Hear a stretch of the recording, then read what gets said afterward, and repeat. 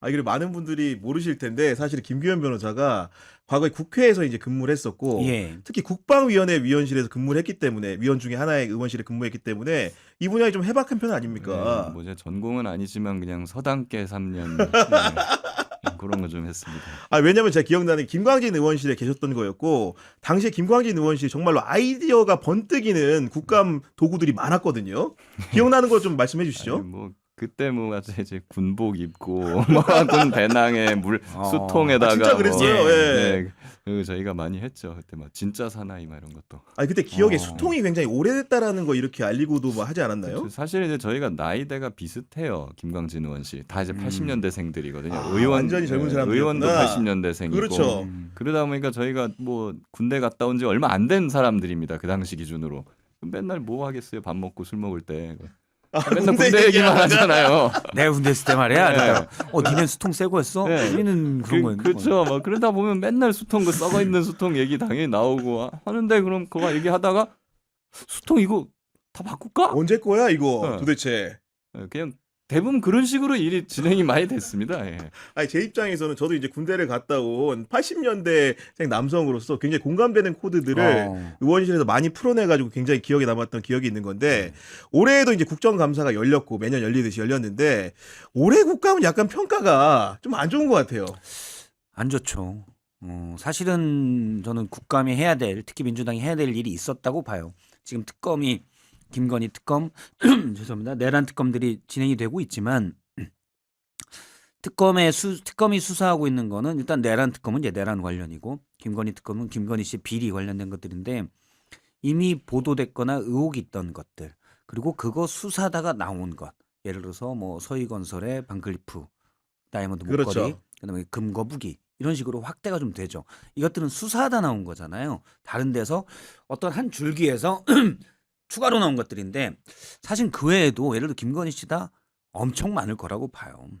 그러면 그런 것들을 국회에서 국감에서 좀 지난 정부의 그런 김건희 씨도 그렇고 다른 윤석열 정부의 실정이 엄청나게 많을 건데 그런 것들이 좀 더 부각이 됐어야 되지 않나. 물론 시간도 걸리기도 하고 앞으로도 그런 게 나오기도 하겠지만 국감이라는 공간 속에서 그런 게 좀 더 부각이 되고 그런 것들을 밝혀낼 수 있지 않았을까?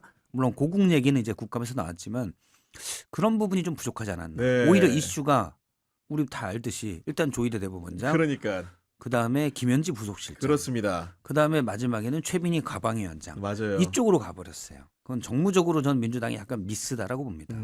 정말로 이제 입법부에 녹을 먹었기 때문에 국회 국감사를 보면은 한눈에 팍 알 것 같은데 이번 국감 좀 어떻게 평가합니까?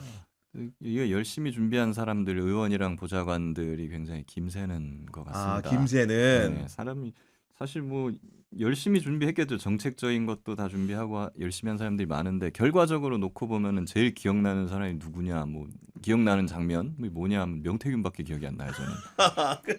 네, 기억에 남는 인물 명태균. 그리고 그냥 뒷짐지고 yap하고 막 호통치면서 이거밖에 기억 안 나는데 사실 그러면 물론 재미는 있었어요. 명태균 중요한 사람이기도 하고. 맞아요. 예. 네, 하긴 합니다만 그래가지고 남는 알맹이가 뭐였냐고 생각하면은 그래서 뭐 명태균 게이트에서 기존에 있던 거 외에 중요한 뭔가가 나왔냐? 그것도 아니야. 아니거든요. 예. 예, 막 러브레터 이런 것만 나오고. 그래가지고 이거 굉장히 아쉽고 사실은 이것 때문에 실망하는 보좌진들이나 의원들도 많았을 것 같다는 생각이 드는데요. 근데 이제 맨날 정책국감 우리가 얘기하는데 그게 잘 안 되잖아요. 그 이유가 하나는 의원이나 뭐 보좌진들이 좀 이런 자극적인 그런 것들 이런 거를 좀 자제해야 되고요, 일단.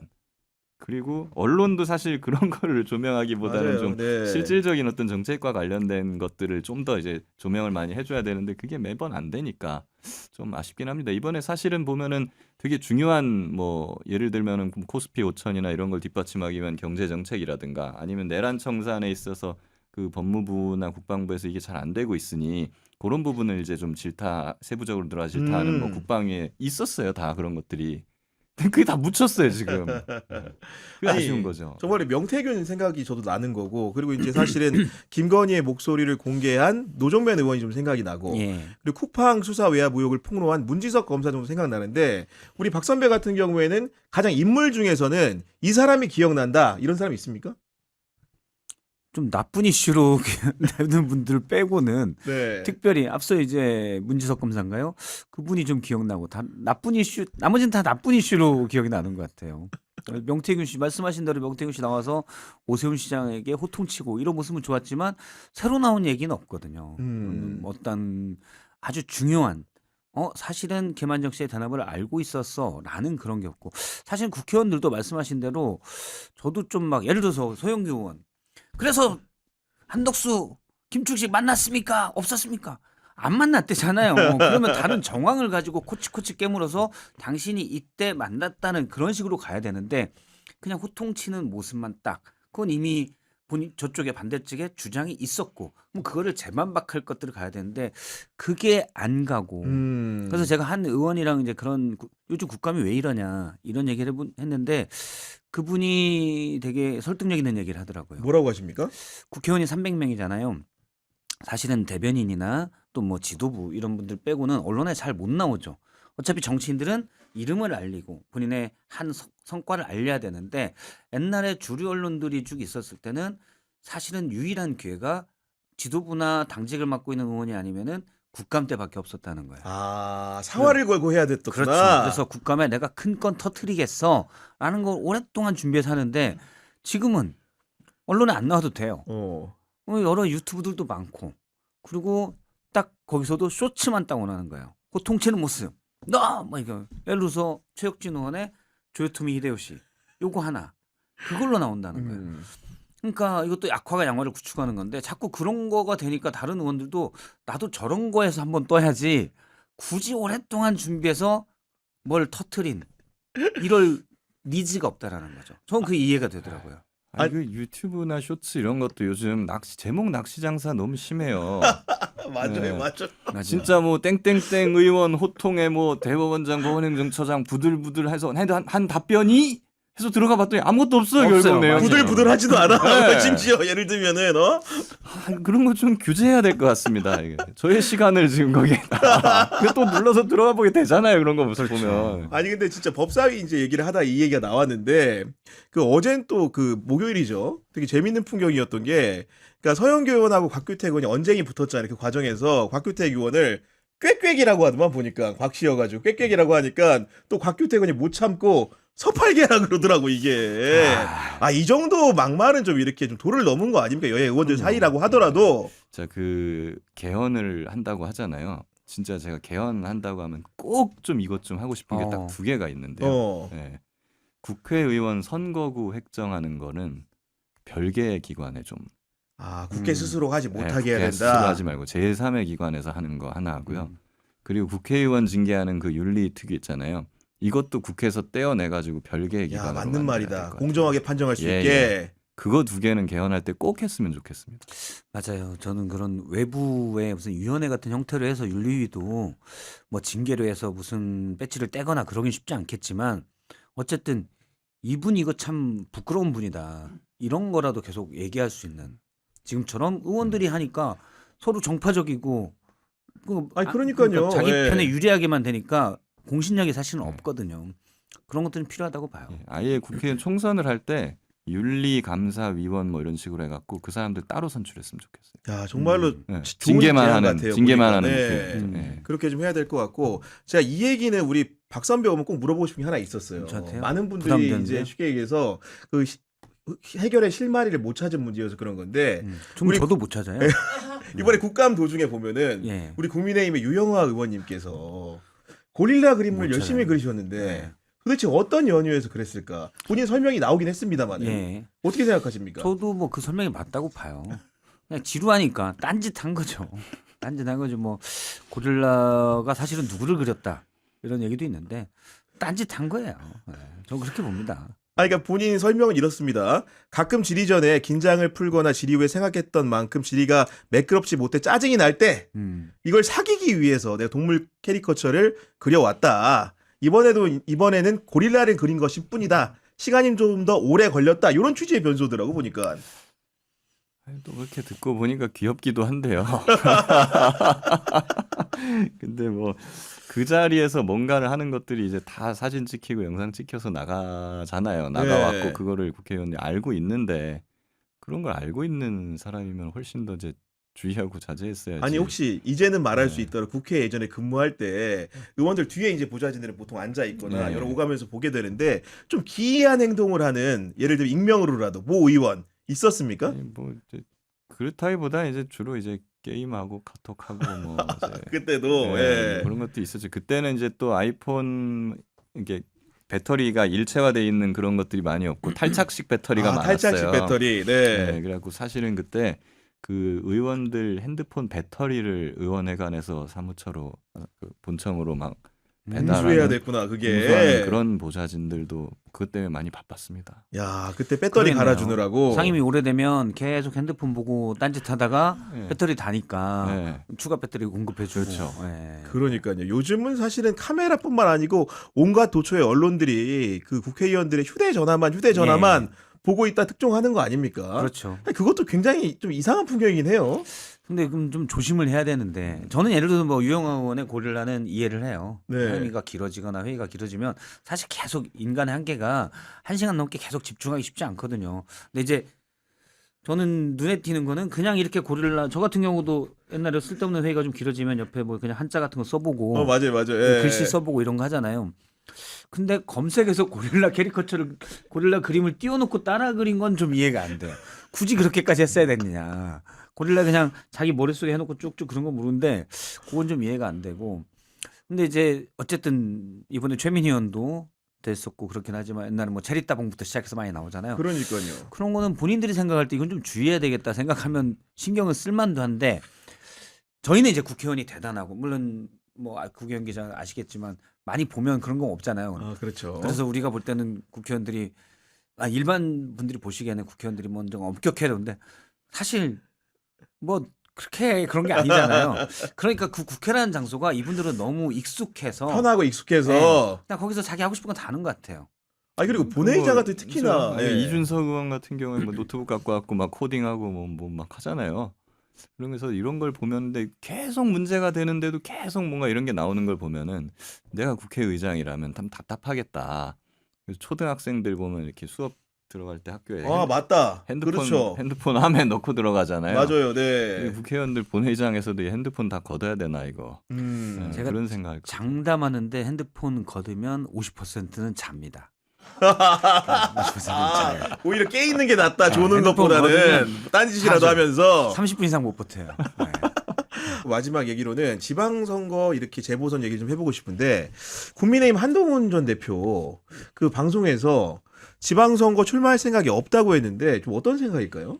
지방선거에 출마할 생각은 없는 것 같아요. 뭐 서울시장이나 이분 네. 마음이 급해서 서울시장 갔다 간다 뭐 그런 생각은 없는 것 같고 뭐 부산시장 이것도 가능성이 없고 내 친한 계 쪽 얘기를 들어보면 명확한 거는 국회에 들어와야 된다요.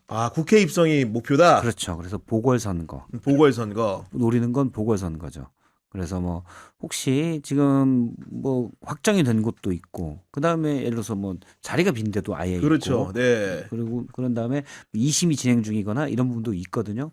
그런 데서 보는데 관건은 과연 장동혁 대표가 공천을 주느냐. 공천을 줄 거냐? 제가 볼 때는 안 줘요. 무소속. 무소속까지 좀 얘기하는 건데 아까 말한 대로 저는 지방선거를 안 나온다고 하길래 당연히 당분간 선거 계획이 없다고 이해했는데 저도 이제 그쪽 주변의 사람들 얘기를 들어보니 그 얘기는 지방선거를 안 나온다는 그렇죠. 거지 내가 재보궐선거를 안 나오겠다고 하는 게 아니다. 그 얘기는 뭐냐면은 일단 이재명 대통령이 자리를 비워서 공석이 인천도 있는 거고 예를 들어 부산시장 선거가 열리게 되면은 가장 유력한 게 전재수 해수부 장관인데 그분이 나가면 공석이 된 부산 북갑도 나올 수 있다는 겁니다. 지금 상황 자체가. 그렇기 때문에 국회 입성의 문은 열려 있다고 하는데 아까 말씀 주신 것처럼 장동혁 대표가 가만 냅두냐? 아닐 걸로 보이지 않습니까? 이게. 그렇죠. 개인적으로는 한동훈 전 대표가 한번 나왔으면 좋겠어요. 왜냐하면 이제 저는 최혜병 사건에서의 어떤 그런 권한도 있고 마치 그럼 줄 것처럼 특검 하다가 갑자기 꽁무니 빼고 갑자기 특검 안 해주고 막 그렇죠. 재보공작권까지 포함해가지고 하자 그러더니 제가 좋다 받겠다고 전부 다 했더니 하자. 갑자기 그냥 또 꼬리 내리고 도망가고 이런 비겁한 모습을 많이 보였기 때문에 한동훈이 나온다고 하면은 저도 한번 거기 출마를 해보고 싶어요. 네. 또 이렇게 또 이어져요. 부산에. 보니까 그런 놈도 있는데 모르겠습니다. 근데 뭐 공천은 당이 주는 거니까요. 그러니까 안 줄 것 같아서. 사실 안 줄 것 같으니까 저도 그냥 이런 말 하는 겁니다. 아니 왜 안 줍니까? 이렇게 잘하시는 분은. 네임밸류는 사실이죠. 그럼요. 아니. 웬만한 한동훈 후보도 대표 공천 못 받을 것 한동훈이 못 같으니까. 나오니까 본인도 못 나온다. 네. 네. 이런 말을 그냥 저 정도 위치에서 그냥 막 던져도 되잖아요. 제가 알기로는 한동훈 전 대표는 부산 쪽을 제일 신경 쓰고 있어요. 안 그래도 자기가 부산 여론이 좋다고 생각하는 그렇죠. 뭐가 있어 보니까. 네, 그리고 네. 지역 기반을 가지고 있어야 조금 더 편하잖아요, 사실은. 부술경이 제일 낫죠. 총선 때도 자기가 좀 크게 이겼다고 생각하는 거 부산은. 그렇죠. 네. 부산 시민들이 본인을 자기를 특히 좋아한다고 좋아한다. 생각하고. 대구 경북에서는 이런 배신자 이런 게 있고 그런데 물론 한동훈 전 대표가 뭐 정치를 좀 더 알려면 국회에 들어오는 것도 좋겠죠. 본인 희망사항도 그렇고 만약에 한다면 뭐 단체장은 사실은 별 의미 없을 것이고 본인이 만약 제가 조언한다면 무조건 국회로 오는 게 좋다라고는 하겠지만 문제는 장동현 대표가 절대 안 줘요. 아니 근데 여기서 맞물려서 또 한 번 그 어떻게 보면은 비슷한 상황일 수도 있겠다는 분이 한 분 계신 게 우리 조국혁신당의 조국 비대위원장 같은 경우에도 지금 하마평은 무지하게 많습니다. 서울시장 여론조사에도 집어넣고 부산시장 여론조사에도 집어넣는데 그런 상황에 조국혁신당이 민주당이 아니기 때문에 그럼 기본적으로 여권 단일 후보로 경쟁을 할 수 있는 거냐 이런 문제에서 퀘스천 마크가 찍히거든요. 모르겠습니다. 이게 여론조사 하면 얼마나 나올지. 예, 물론 뭐 상위권에 있죠 예, 지금 보면은. 뭐 인지도로서는 이제 상당히 있겠습니다만 지금 사실 서울시장이나 부산시장이 사실 지금 좀 쉽지 않은 민주당 입장에서도 지금 쉽지 않은 때거든요. 누가 오세훈을 이길 수 있냐. 네. 마땅히 이길 수 있다라고 이 사람이라면 된다라는 게 지금 보이질 않는 확실히. 형국이어가지고 네. 굉장히 좀 그렇고 부산시장도 사실 뭐 보면 지형도는 비슷하지 않습니까? 맞습니다. 네. 전재수가 나가도 이거 이길 수 있는 거 맞냐? 잘 나오죠 전재수 장관은. 네. 그렇지만 확실한 게 이길 수 있느냐? 이게 또 아닌 음. 상황에서 섣불리 지금 다른 사람을 지금 거론을 하게 되면은 뭐 이게 또 아니 그래서 흔들릴 수 있으니. 그 뭐 제 나름의 생각일 수도 있고 그냥 결국은 선거라는 것도 국민들이 재밌는 부분도 흥미 요소도 좀 있어야 되잖아요. 그러면 전재수 장관이 부산 북값을 비웁니다. 사실은 부산이라는 데는 전재수가니까 된 거지 북값이라는 데도 다른 정치인이 가면 쉽지가 않아요. 근데 부산 출신이고 부산 말씨도 잘 쓰는 조국이 부산 북값에 나오고 한동훈 전 대표가 거기 나온다면 그래서 조국과 한동훈의 1대1 구도가 된다면 어떨지 이런 상상을 해볼 수 있는 거 아닙니까? 상상은 해볼 수 있죠. 네. 재밌죠. 재밌는데 둘 다 후보가 어려워. 둘 다 후보가 어려워요. 예를 들어서 조국 전재 비대위원장이 뭐 서울시장, 부산시장 여론조사 올라가잖아요. 네. 근데 전재수 장관이죠. 전재 장관이 더 높게 나와요. 그런데 그럼 정청래 대표가 그렇게 줄 거냐? 이거는 그냥 공천의 문제가 아니라 당의 단일화가 먼저 필요하잖아요. 그렇죠. 단일화가 필요하죠. 네. 줄 거냐? 정청래 대표도 사실은 다음 대선에 지금 민주당의 각 주자들은 이재명 대통령 다음이 포스트가 없기 때문에 내가 그 자리를 차지해야지 하는 분들이 꽤 있어요. 근데 굳이 옆집 사는 조국 대표를 그 정도로 키워주고 싶겠냐? 아니죠. 정청래 대표는 관리자가 아니라 본인이 네. 플레이어잖아요. 그렇기 때문에 그럴 가능성은 전 없다. 없다라고 봅니다. 네. 만약에 어느 정도 조국 혁신당이 지금은 그렇지가 않은데 되게 막 정책이나 이런 걸 잘해서 좀 더 부각이 됐어요. 올라왔어요. 올라왔어. 그러면 또 모르겠지만 그럴 가능성도 제가 볼 때는 희박하고 제일 조국 대표가 할 수 있는 초이스 중에 하나는 어느 정도 인지도가 있고 호남에서 그냥 3자로 출연해서 본인이 출마해서 본인이 따내는 것 말고는 별로 방법이 없어요. 민주당에서 제가 볼 때 공간 절대 안 줍니다. 아 근데 저는 그냥 흥미 요소로 지금 이렇게 설명을 드리는 건데 저는 한번 두 분이 어디서 붙든 뭐 정말로 구청장으로 붙어도 좋아. 한번 붙어봤으면 좋겠어 솔직히 생각은. 네. 이준석도 거기 나왔으면 좋겠네요. 이준석까지 붙여요? 보니까. 3파전으로. 그러면 생각은 해볼 수 있잖아요. 그렇죠. 군원할 네. 때 가지고 자치단체장에서 저기 강화 군수 같은 거 해서 같이 강화 붙어서. 군수로 해요? 아니, 강화군은 국민들 무슨 죄입니까? 강화 주민들에게는 그 양해 말씀을 먼저 드립니다. 알겠습니다. 어쨌든 간에 지방선거는 워낙 이제 여야 지도부의 의견이 너무 중요하기 때문에 지금 물리적으로 현실적인 여건상으로는 뭔가 두 번이 매치업을 하기가 쉽지 않은 구조인 건 확실히 맞는 것 같아요. 예. 그러니까 한동훈 전 대표는 이제 계속 왜냐하면 장동혁 대표가 본인이 대선 꿈이 있잖아요. 네. 그러면 제일 경쟁자는 지금 한동훈 대표인데 맞습니다. 키워주고 싶은 마음이 1도 없죠. 한동훈 대표가 할 수 있는 거는 장동혁 대표를 위협하는 것밖에 없죠. 내가 나가면 너 관리 못한 책임으로 네가 될 수 있을 것 같아. 그러면 그 정도 덩치를 또 한동훈 전 대표는 키워야 되는 것이고. 근데 저는 저는 이제 뭐 쭉 안다기보다 사람의 욕망으로 이제 분석을 하는데 장동혁 대표는 한동훈 전 대표에게 모멸감을 받았다. 그래서 절대 키워줄 일이 없다. 네. 네. 이제 고민은 한동훈 전 대표의 몫이죠.